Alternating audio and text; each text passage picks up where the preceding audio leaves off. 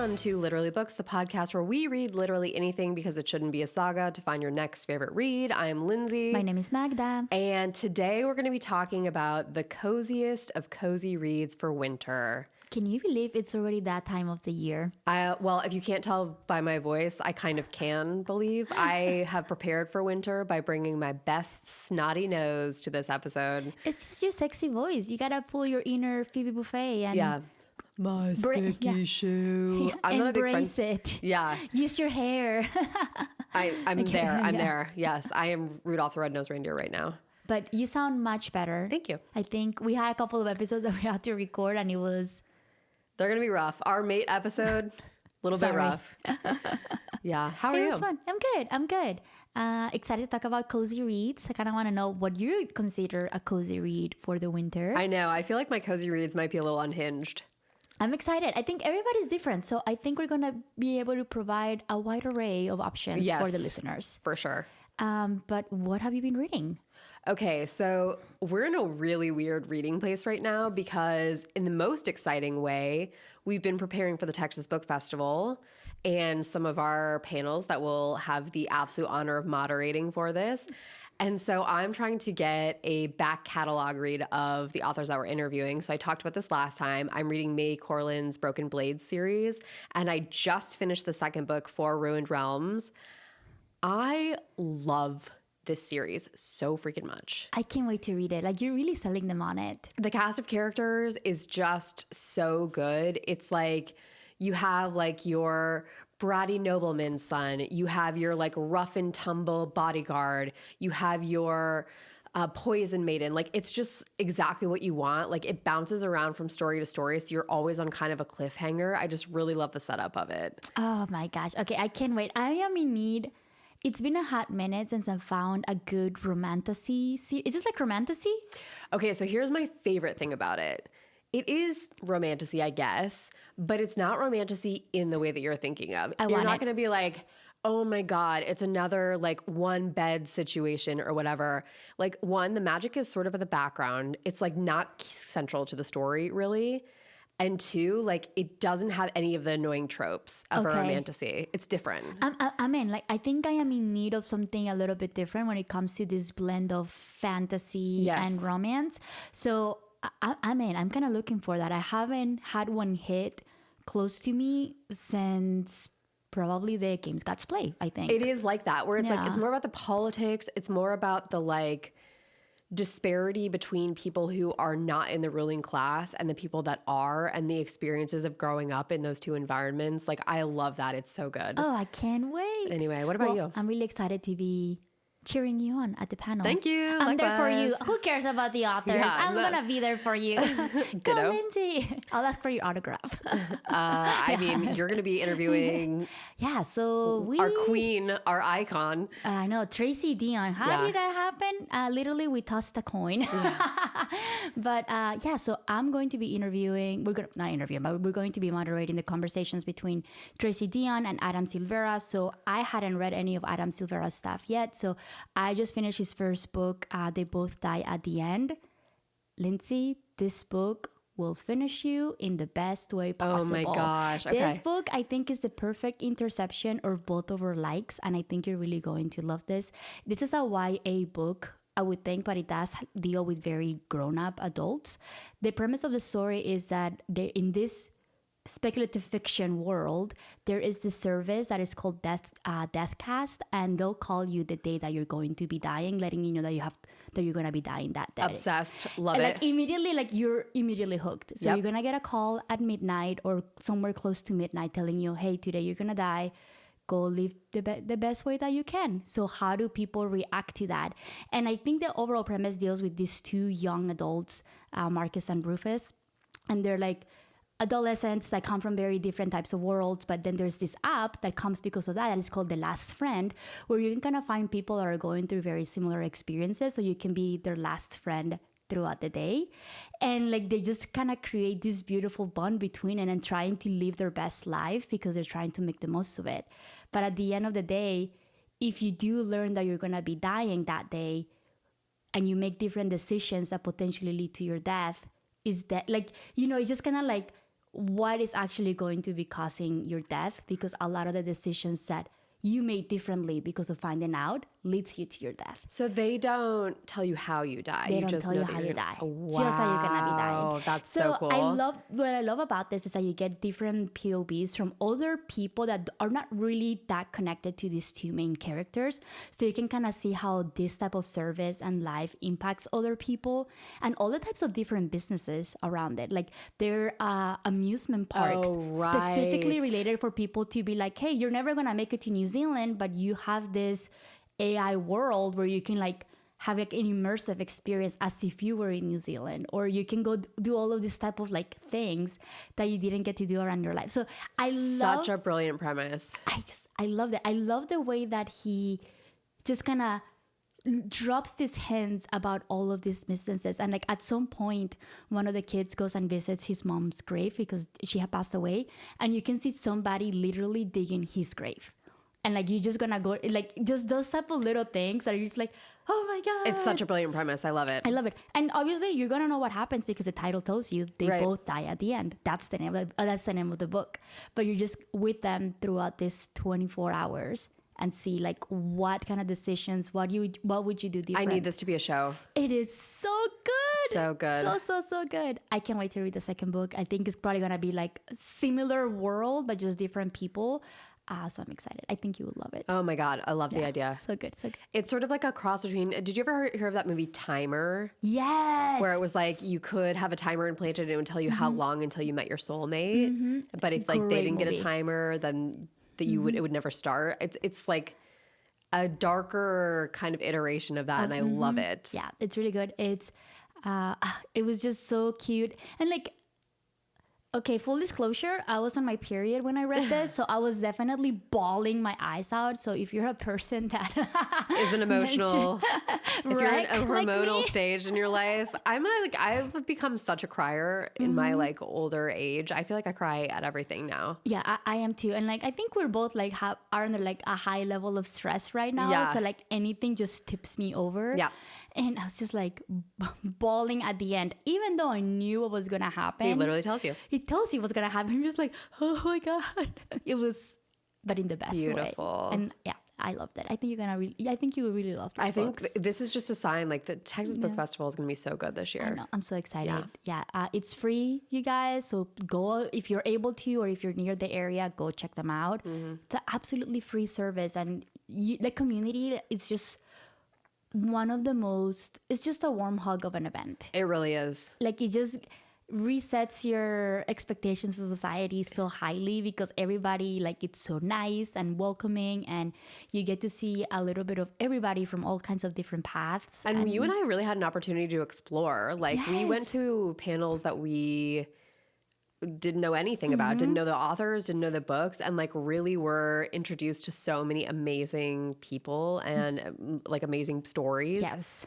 Yeah. It is just incredible. So I'm so excited because there's a lot of authors that I haven't heard of, and I'm just excited to like go check it out. My world to be expanded. Yep. Can't wait. Are you gonna take a little bit of a break? Let's do it. Welcome back, everyone. Get out your blankets, get out your comfy socks, get out your mittens. It's Cozy Reads season. We're going to be telling you all about the books that we revisit or that we recommend to sit down and snuggle in for a lovely night. Yeah, and we do have a wide array of different genres because I think everybody's different, and what I might consider cozy, Lindsay might not, and the other way around. For sure. So I'm excited to kind of hear what you have in store for us, and I'm excited to tell you the ones that I consider cozy. I know. You want to start us out? Yeah, I guess maybe let's start out. Like, is there a particular thing that you, in your mind, you think is like, this is like a cozy book for you? Like what kind of a book? Yeah. I have a variety, and you'll hear this in my list. Sometimes it's one that I just know really well, like one that it's like my Office, where I've like read it a million times. I know what I'm going to get. I know what I'm going to feel at different points in the book, and I know it's going to scratch the itch if I like need to feel a certain thing.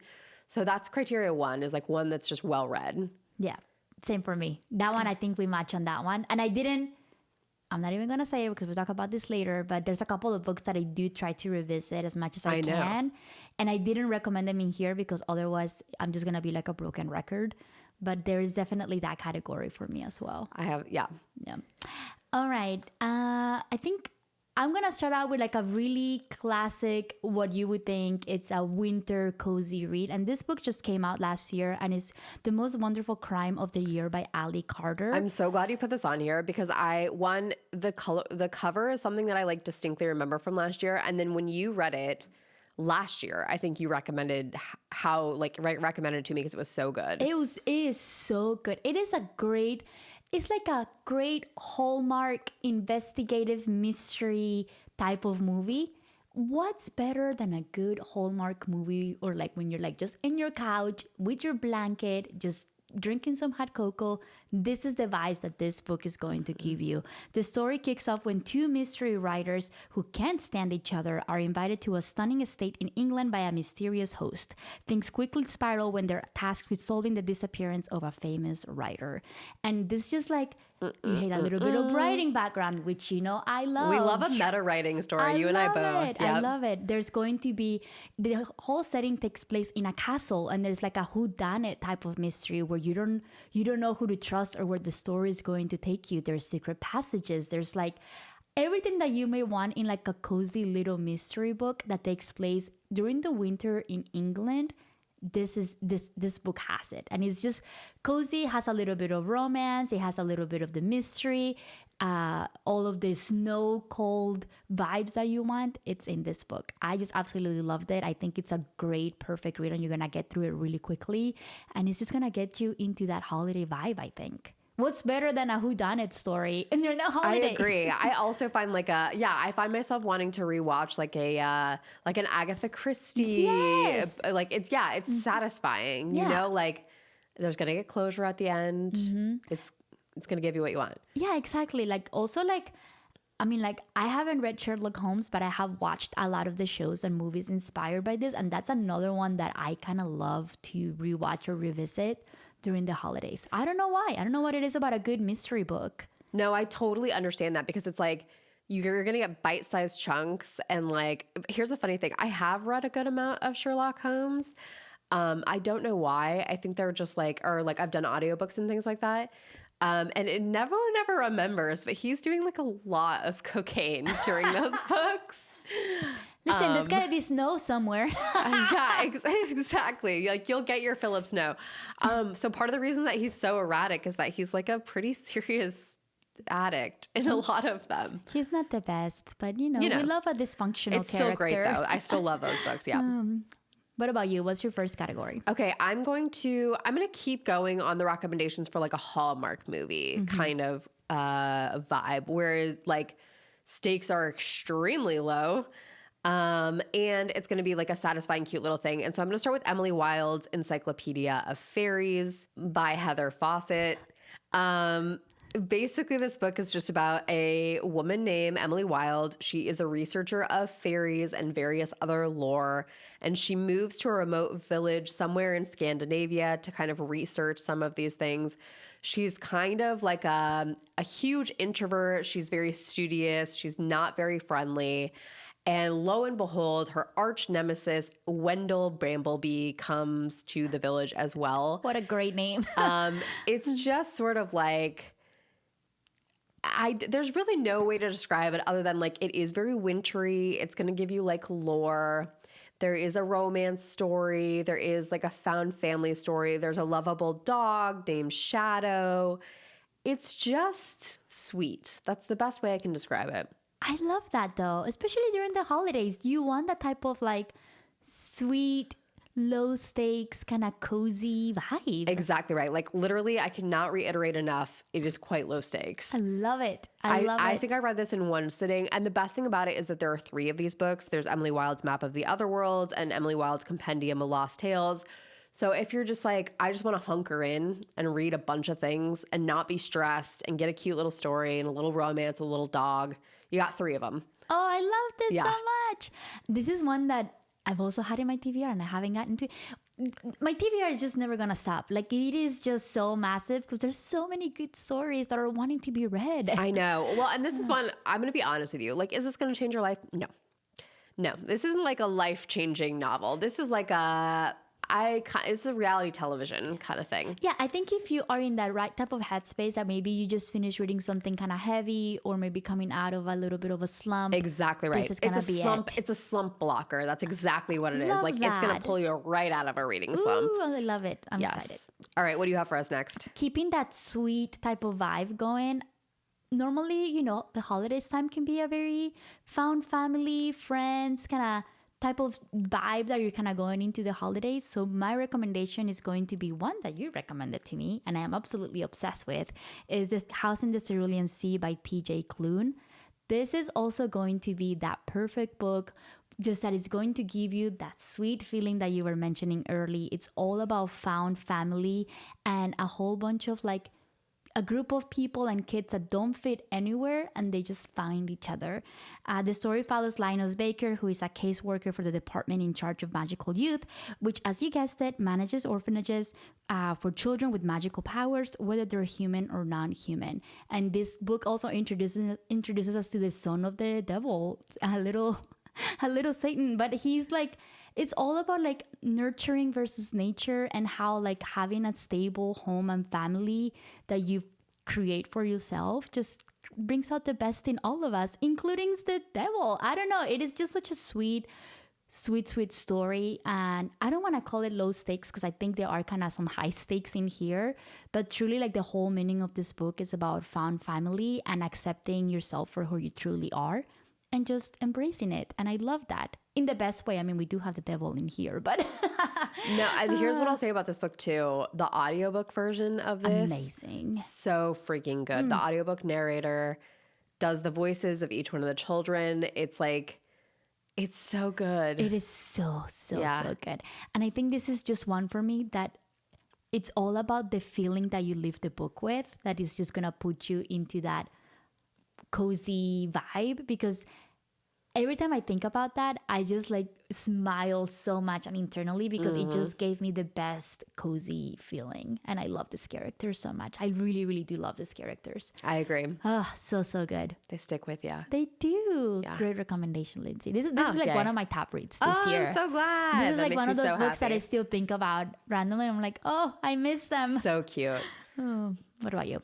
Okay, I'm going to move us into our next one. It's one we actually talked about during our book news for this week.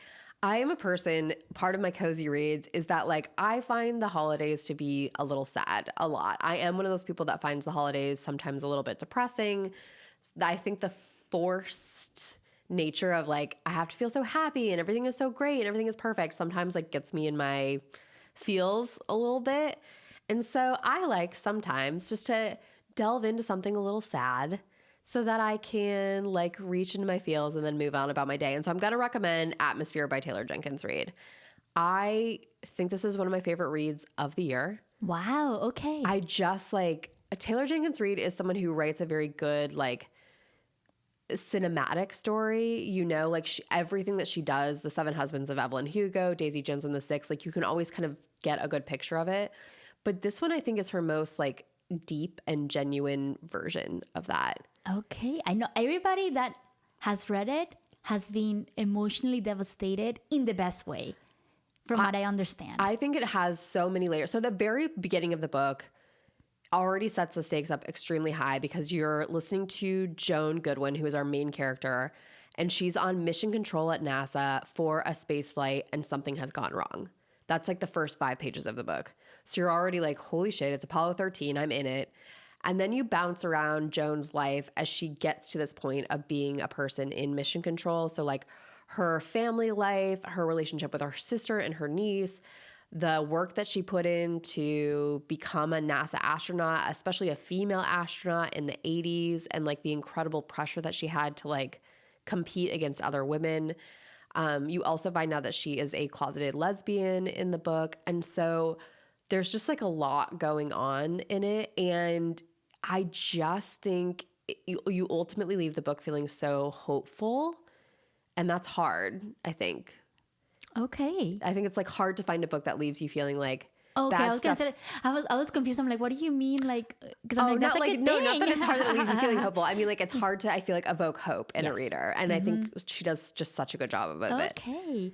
I have that in my, another one that I have in my list. But you know how sometimes something gets so overhyped? I know. That I'm you kind get of worried so about that. nervous Yes. about it because every single person that I have heard or friends, they're like, you have to read it. It's so good. But I'm like, but I'm nervous. I think I have to like, I'm at the point where like I need space from it Give it so I some can space. truly enjoy it as naturally as I can. I just like, I don't know, Joan is a character, like it's so late. I could talk about this forever, but like Joan is just like a good person, like a good person, and like a good person that's not uncomplicated, you know, like she has her faults, but you're like, she's so forgiving and loving and like wants to see the best in people. And it's like really hard to make that kind of character lovable or like not annoying or like self-righteous. I love that. I don't know. It's so good. Oh, just hearing you talk about it, it just makes me so like happy to want to read this book. It's just, maybe I mean, you have Vanessa, her partner, who's like a baddie and like really like much more abrasive and like screw people and I'm going to cut them off. I don't know. It's such a good like, I don't know. It's such a good balance. Maybe I'm being influenced to read this as my cozy I'm read in telling you. December. I don't know. I'm telling you all. Now prepare your tissue boxes. Yeah, I'm a crier now, apparently. I cry a but lot like, now. I think it's good for you. It's like cathartic, you know, to have a little emotional breakdown here and there. I agree.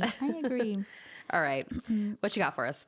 I don't think this should come as a surprise, but I needed to include something that is like a little bit of a period romance in Obviously. here. And like what I was alluding to earlier in the episode is that I do try to revisit Pride and Prejudice at least once a year. Last year was the first time in like a few years that I didn't reread the book because we were so busy. Yeah. But I wanted to, and obviously I'm not going to recommend that to you because then this podcast, my whole goal in life is going to be just to make you read Pride and Prejudice, which I'm not going to do. But I have a couple of other really good recommendations, in my opinion, for some really good period romance. And one of them is one that I read this year, and it's called The Work of Art by Mimi Matthews. This book deserves a lot more hype and love than what I have seen out there. Not a lot of people know about this book. And this is one that I'm going to go on a whole crusade for people to read.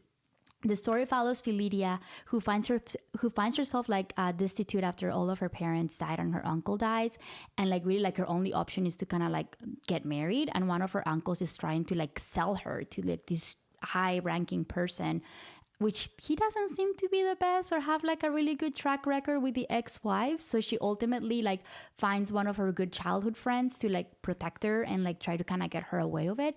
And it is just like the most loveliest friends to lovers story that you're going to be reading. Both of our characters are going through their own trauma because, you know, she doesn't have a lot of family. He is a war veteran, so he's going through like a lot of PTSD.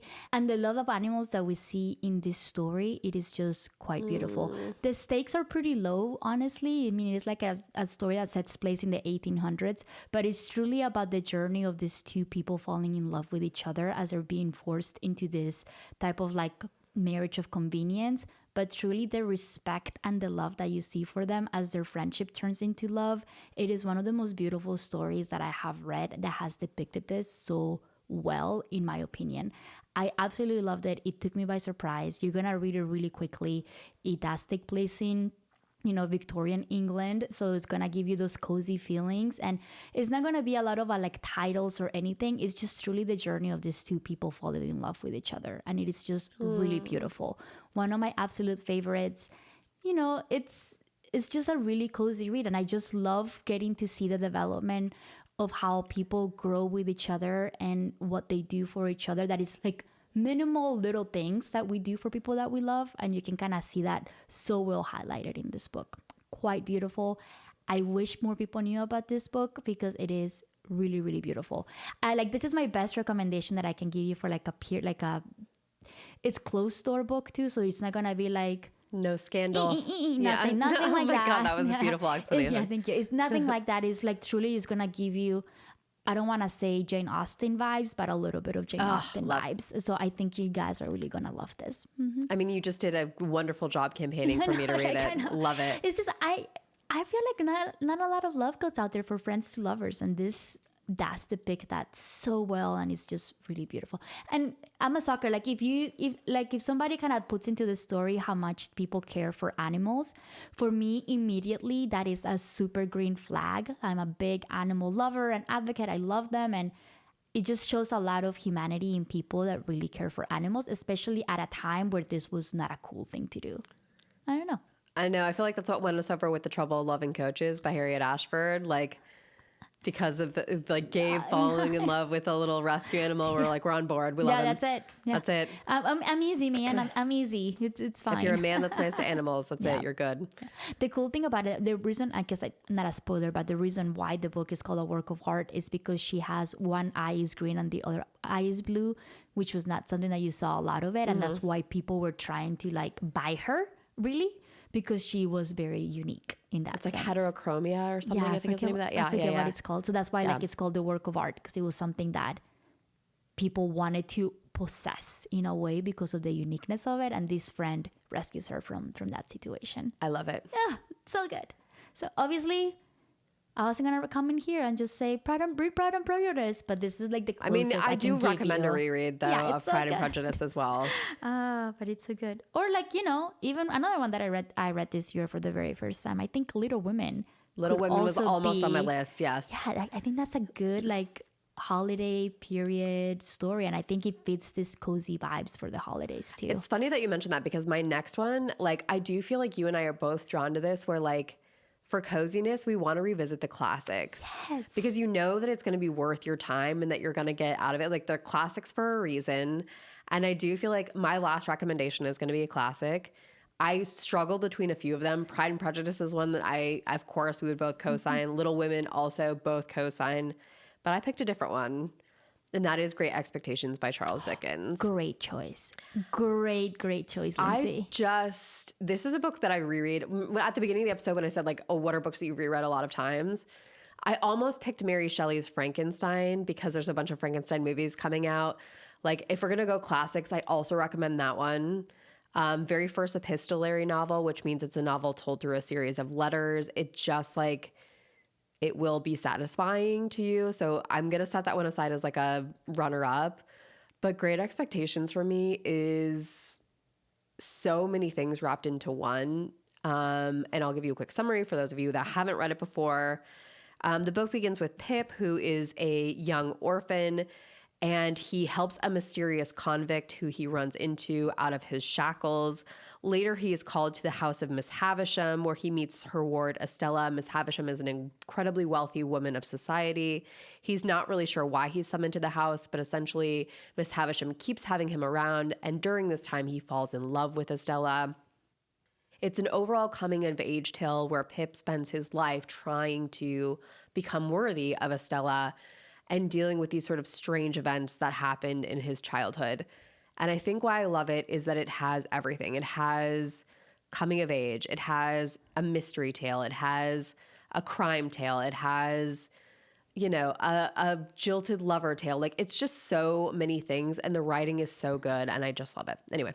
I think you can't go wrong with a Charles Dickens story, honestly, and I think this is like a good one to recommend. I haven't reread this in over 15 years, I think. It's been a hot minute since I haven't watched like any movie or series. There's been a couple of like adaptations for this. So it's been a hot minute since I read the story. So maybe this is inspiring me, Lindsay. Here's what's exciting about it too. Occasionally, like I have a really old copy, and in my copy, it has, there was a different ending, and they had Charles Dickens rewrite it. So it has the original ending in it, as well as the one that was published. That's a cool book. And it's fun to read them if you can find it, which I think you can. I think it's very easy to find, because the change that he made was essentially to be a more satisfying ending for readers, and it's a lot more hopeful. The original ending is not. And I think it's so interesting just to like kind of choose your own adventure and see how differently like a few pages can really cause a reader to take something completely away from like what the story is supposed to be about. Just like, it's amazing. It completely changes your perspective on like what Charles Dickens feels about life. I love it. I love that. And then you can, to your point, you can choose whatever kind of feeling you want from the book during this time of the year. Yeah. Love that. Anyway, yeah. I think I think we did a pretty good job. I'm gonna like pat ourselves on the back. We have a little bit of everything in this story. Is there any other like runner-ups that you had in your list? I mean, I do think like I said, like the classics, like a Frankenstein, like yeah, something like that. Yeah, you know, like I did the same thing. Like I think I revisited a couple of books that to me I find a lot of comfort with. So I have in my list like Percy Jackson and the Lightning Thief. Yeah. Because that for me, it evokes a lot of comfort in me because it's just one of those first few books that I've read and it just puts me in this headspace that I loved. And I think the story still holds up really, really, really well after you're rereading it. I think a lot of books that involve like a little bit of magic also to me, I find very cozy. I also had The Book of Doors by Gareth Brown. If you haven't read that, it's a really, really fun story about this magical book that can kind of put you in any place of the world at any time, and the pursuit of this book by multiple parties and adventure insurers. And it's just a fun book that I think, stealing one of the words I used, is very cinematic. It's one that you're going to very easily imagine how this plays out. It's a great, fantastical book that I think if you haven't read, I totally recommend for people. I like my period. I like a little bit of fantasy. I like the feeling of found family. I think those are my type of cozy vibes. I know. I think it's kind of interesting to like also revisit your 5-star reads and be like, what are the ones that we know, like, because a 5-star read, I think for me is more about like, did it make me feel something? And it's not necessarily like, is it the best writing or is it something that like I'm going to recommend to everyone, but like, did it move me in a moment? And I find like my 5-star reads are the ones that I want to go back to because I want to like feel something, you know, really feel like be transported to a different place. I almost wanted to put some of the Kristen Hanna in here, but I'm like, that's too sad. And I don't think I'm ready for that. Not ready.